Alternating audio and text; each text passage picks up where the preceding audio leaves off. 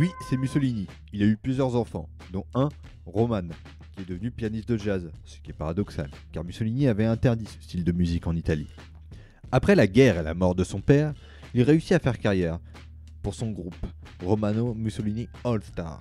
En 1962, une jeune chanteuse issue d'un milieu assez pauvre, Maria Ciccolone, l'épouse et fait un enfant avec lui.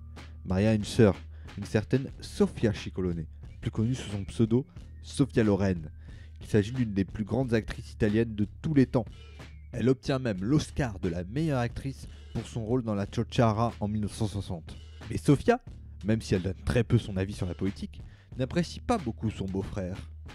Elle le juge superficiel et l'insulte de coureur de jupons. Elle exprime plusieurs fois son aversion du fascisme, notamment dans ses choix de carrière. En 1977, le réalisateur communiste Ettore Scola l'a choisi pour jouer le rôle d'Antonietta dans le film Une journée particulière. Une femme au foyer, aliénée et dépressive, vit à Rome à l'époque de la rencontre entre Hitler et Mussolini. Elle rencontre alors Gabriele, un intellectuel homosexuel menacé de déportation, avec lequel elle décide de se lier sentimentalement. Gabriele est joué par le grand acteur Marcello Mastroianni, qui signe l'une des performances les plus remarquables de sa carrière. Ce n'étaient pas les premiers films dans lesquels Marcello Mastroianni s'illustrait par son engagement politique.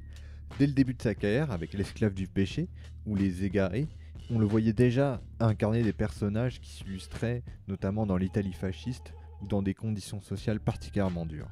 Cette œuvre est considérée comme une des meilleures dans la carrière des deux acteurs. Mais au second plan, on peut voir que l'une des filles du personnage d'Antonietta est jouée par une des nièces de Sofia Loren.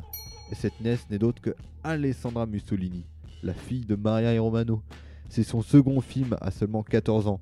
Elle tente après une carrière de chanteuse pop, où elle tentera même de faire de la city pop japonaise.